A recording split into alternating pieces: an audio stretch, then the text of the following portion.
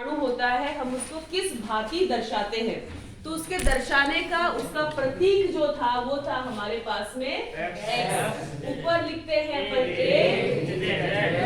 ये a क्या होता है, न्यूट्रॉनों की संख्या जिसे हम कहते हैं प्रोटॉन प्लस न्यूट्रॉन, जबकि z क्या कहलाता है हमारा परमाणु क्रमांक, और ये क्या चीज होती है, कुल प्रोटॉन या कुल इलेक्ट्रॉनों की संख्या। और अगर आपको कोई पूछे भाई बताओ प्रोटॉन कितने, तो भाई z, इलेक्ट्रॉन कितने, तो भाई z, भाई न्यूट्रॉन कितने, तो a माइनस z। क्लियर। उसके बाद में दो चार छोटी छोटी परिभाषाएं की थी अपन ने। समस्थानिक, समस्थानिक का मतलब है जिसका स्थान समान हो, यानी कि जिसका z समान और a भिन्न हो। क्लियर। फिर हमने कही समभारिक, यानी जिसका भार यानी द्रव्यमान समान हो, यानी a समान और z भिन्न। फिर हमने कहा सब न्यूट्रॉनिक, ऐसे जिसके न्यूट्रॉन की संख्या समान हो। न्यूट्रॉन कौन होगा, a माइनस z। फिर हमने कही दर्पण नाभिक, दर्पण नाभिक ऐसे दो आप लोगों के ग्रुप में होते हैं, क्या कहना चाहिए उसको, दो परमाणु जिनके आपस में प्रोटॉन और न्यूट्रॉन क्या हो जाते हैं, अदला बदली हो जाते हैं, परस्पर बदल जाते हैं। क्लियर। फिर हम लोगों ने इसके बाद बात की थी कि नाभिक की त्रिज्या क्या होती है। जो नाभिक की त्रिज्या थी उसका सूत्र हमने देखा था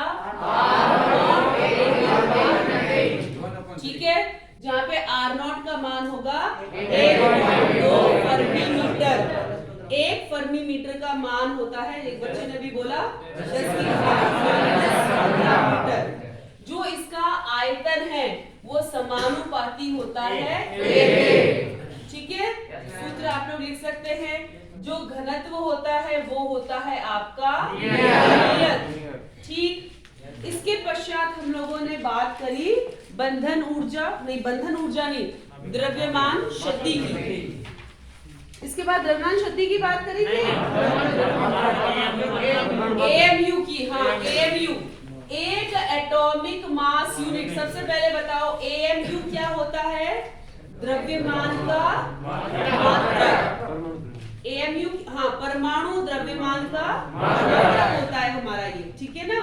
और हमने देखा अगर इसकी परिभाषा बोले तो कार्बन 12 के एक परमाणु के द्रव्यमान का भाग।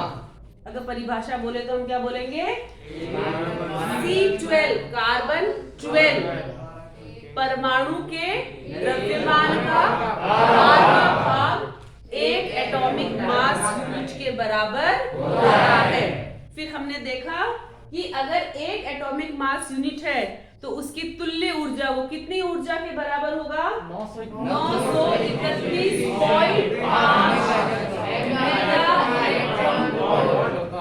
क्लियर। जहां मेगा का तात्पर्य होता है 10 की घात 6। गोवर्धन ने मुझसे पूछा था माइक्रो, तो माइक्रो में -6 और इसमें +6, ये इसमें अंतर होता है। ठीक है ना बच्चों। पर अपन लोग जहां तक इसको इस्तेमाल करते हैं 931 लिखते हैं। 0.5 को अपन इग्नोर कर देते हैं, नेग्लेक्ट कर लेते हैं, उसको हटा देते हैं। तो अपन ज्यादातर जब सवाल करेंगे, न्यूमेरिकल करेंगे, तो हम क्या कहेंगे, एक एटॉमिक मास यूनिट कितनी ऊर्जा के तुल्य होता है। क्लियर। उसके बाद हमने बात की थी आपकी द्रव्यमान शक्ति की। तो हमने कहा द्रव्यमान शक्ति कौन सा द्रव्यमान है, तो जो नाभिक का वास्तविक द्रव्यमान होता है। किसका, नाभिक का जो वास्तविक द्रव्यमान होता है वो कम होता है किससे, इसमें उपस्थित प्रोटॉन और न्यूट्रॉन के द्रव्यमान के योग से। सुनो वापस, जो नाभिक जितने प्रोटॉन और न्यूट्रॉन से मिलके बना है, सपोज ये मेरे पास एक ऐसा है जो 5 प्रोटॉन और 5 न्यूट्रॉन से मिलके बना है, ठीक है। तो अगर आप तोल निकालो, नाप निकालो अलग अलग 5 प्रोटॉन और न्यूट्रॉन के द्रव्यमान के और इसको जोड़ दो, तो कुछ मान आएगा यहाँ पर, आएगा मान। ये कौन सा मान है? 5 प्रोटॉन और 5 न्यूट्रॉन के द्रव्यमान का मान है। इनको जब आप लोग क्या करोगे, नाभिक बनाओगे, तो इनसे जो नाभिक बनता है इसका द्रव्यमान हमेशा कम आता है इससे। यानी कि क्या हुआ, कुछ द्रव्यमान की क्षति हो गई, उसको कहते हैं हम लोग द्रव्यमान क्षति, और दर्शाते हैं उसे डेल्टा एम द्वारा। ठीक है, तो ये डेल्टा एम क्या है हमारे पास में? द्रव्यमान की क्षति। मैंने आप लोगों को इसका सूत्र भी करा दिया था कल। डेल्टा एम क्या निकला था मेरे पास, जैसे कि हमें ज्ञात है ये Z क्या है? प्रोटॉन। Z क्या होता है बच्चों? प्रोटॉन। न्यूट्रॉन क्या होता है? A minus Z। प्रोटॉन की संख्या कितनी है? प्रोटॉन की संख्या कितनी है? न्यूट्रॉन की संख्या कितनी है? अगर मैं मानूं एक प्रोटॉन का द्रव्यमान mp है, एक प्रोटॉन का द्रव्यमान mp है और एक न्यूट्रॉन का द्रव्यमान mn है, तो इस Z प्रोटॉन का द्रव्यमान कितना होगा? Z इंटू mp, और n न्यूट्रॉन यानी कि A माइनस Z न्यूट्रॉन का द्रव्यमान कुल कितना होगा? हाँ, A minus Z into mn। तो कुल प्रोटॉन और न्यूट्रॉन का द्रव्यमान कितना होगा? ZmP प्लस, ये तो हो गए कुल प्रोटॉन, और A माइनस Z mn, ये हो गए कुल न्यूट्रॉन का द्रव्यमान। तो ये मुझे क्या मिला? ये वाली स्थिति मिल गई। तो ये इसको किससे माइनस करोगे? इसके वास्तविक द्रव्यमान से, जिसको हम क्या मान लेते हैं? m, जिसको हम क्या मान लेते हैं? m। तो हमारे पास जो सूत्र प्राप्त होता है किसका? वो क्या प्राप्त होता है? ठीक है, इसके पश्चात हमने कल किया था एक आइंस्टाइन द्रव्यमान समीकरण। आइंस्टाइन द्रव्यमान समीकरण कहता है कि जो द्रव्यमान होता है वो ऊर्जा में परिवर्तित हो सकता है, और जो ऊर्जा होती है वो भी द्रव्यमान में परिवर्तित हो सकती है। तो आइंस्टाइन समीकरण कहता है कि E होता है डेल्टा एम सी स्क्वायर। ये सूत्र हमने कल देखा था किसका? आइंस्टाइन द्रव्यमान समीकरण का। ठीक है, फिर मैंने आपको 2 बात बताई थी, अगर इस पर न्यूमेरिकल आ जाता है तुम्हारा तो आपको दो चीजें ध्यान रखनी है कि यदि आपके सभी द्रव्यमान किलो में दे दिए गए हैं, जैसे प्रोटॉन का द्रव्यमान, न्यूट्रॉन का द्रव्यमान आपको किलो में दे दिए हैं, इसका तात्पर्य होगा कि ये जो आपका डेल्टा एम यानी कि द्रव्यमान क्षति निकलेगी, ये किस में निकलेगी? किलो में। द्रव्यमान क्षति किस में निकलेगी? किलो में। तो आप इस सूत्र का इस्तेमाल करेंगे, E बराबर डेल्टा एम सी स्क्वायर, और ये उत्तर आएगा अपना जूल में। किंतु यदि आपको बच्चों द्रव्यमान एटॉमिक मास यूनिट में दे दिया है न्यूमेरिकल में, तो जो आप डेल्टा एम निकालोगे, द्रव्यमान क्षति निकालोगे, वो किस में आएगी? एएमयू में आएगी। तो उस वक्त आप जो सूत्र इस्तेमाल करोगे E, वो क्या होगा?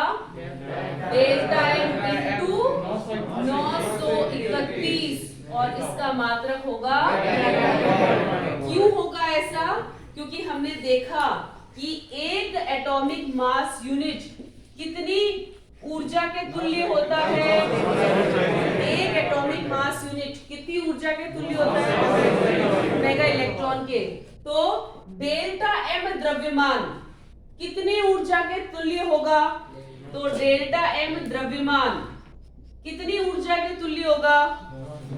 इसको आप किससे गुणा करोगे बेटा? 931 से। क्लियर? तो न्यूमेरिकल में इन दोनों बातों का विशेष ध्यान रखेंगे।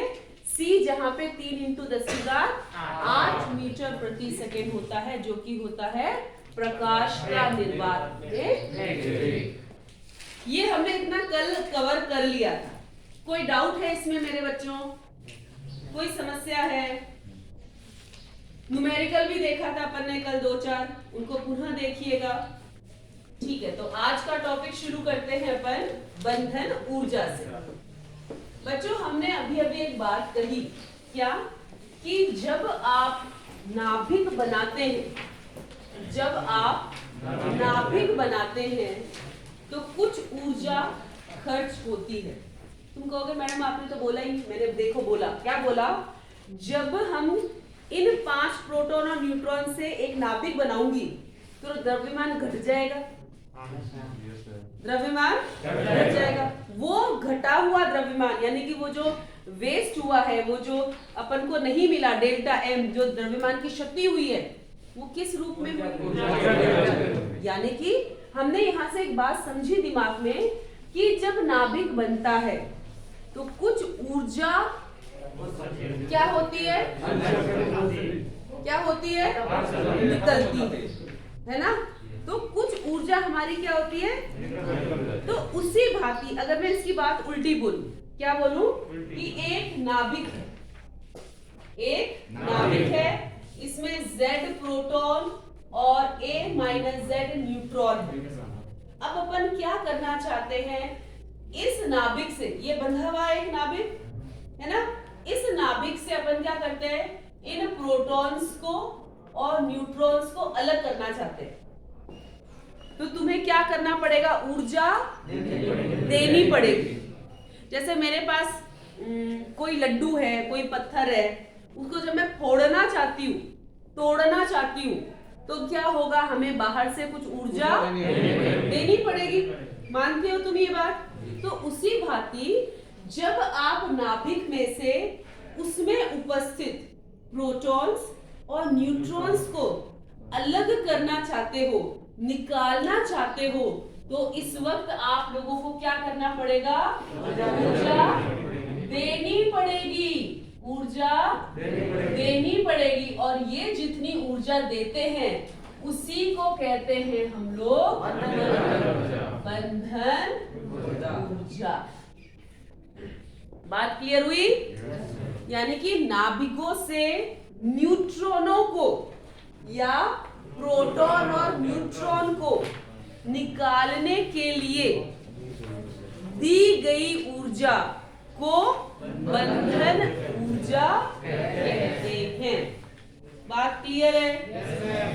क्यों ऊर्जा दी हम लोगों ने? उसको हम लोग क्या करना था? यहाँ पे प्रोटॉन और न्यूट्रॉन को अलग करना था। अब क्यों दी? हम सब जानते हैं कि जो नाभिक होता है उसमें जो प्रोटॉन्स और न्यूट्रॉन्स आपस में बंधे हुए हैं, वो एक बहुत ही प्रबल नाभिकीय बल द्वारा बंधे हुए हैं। हमने 11th क्लास में इसको पढ़ा है, मूल बलों में पहला पार्ट, कि जितने भी आपके प्रोटॉन्स और न्यूट्रॉन्स इसके अंदर उपस्थित हैं, वे सब के सब एक साथ आकर्षण बल है इसके अंदर। वो कौन सा है? नाभिकीय बल। यानी इसके अंदर ये सब एक दूसरे से जुड़े हुए हैं, ये एक दूसरे के पास हैं, ये आकर्षित हुए हुए हैं। किस बल द्वारा? नाभिकीय बल। अब तुम इनको अलग करना चाहते हो, ये दोनों ये सब जुड़े हुए हैं, एक साथ एक जगह पर बैठे हैं, तो आप क्या करना चाहते हो? इन सब लोगों को अलग करना चाहते हो, तो आपको बाहर से कुछ ऊर्जा देनी ही पड़ेगी। वो जो आप ऊर्जा दोगे जिसके द्वारा आपके न्यूट्रॉन यानी कि प्रोटॉन और न्यूट्रॉन यानी कि न्यूक्लियॉन नाभिक से निकल पाए, उसे क्या कहेंगे? बंधन ऊर्जा। मेरी बात क्लियर है? सबको क्लियर है? बंधन ऊर्जा क्या है? परिभाषा याद रखेंगे आप लोग, ठीक है? आ सकता है परीक्षा में। बंधन ऊर्जा क्या है? बंधन ऊर्जा वह ऊर्जा है जो किसी नाभिक को देने पर प्रोटॉन और न्यूट्रॉन को अलग किया जा सकता। क्लियर? ठीक है, तो ये होती है हमारी बंधन ऊर्जा। इसको हम लोग ज्यादातर लिखते हैं EBN द्वारा, या कई जगह आप इसे डेल्टा EBN द्वारा भी देखते हैं। क्लियर? बंधन ऊर्जा समझ आई? बंधन ऊर्जा में हम क्या करें?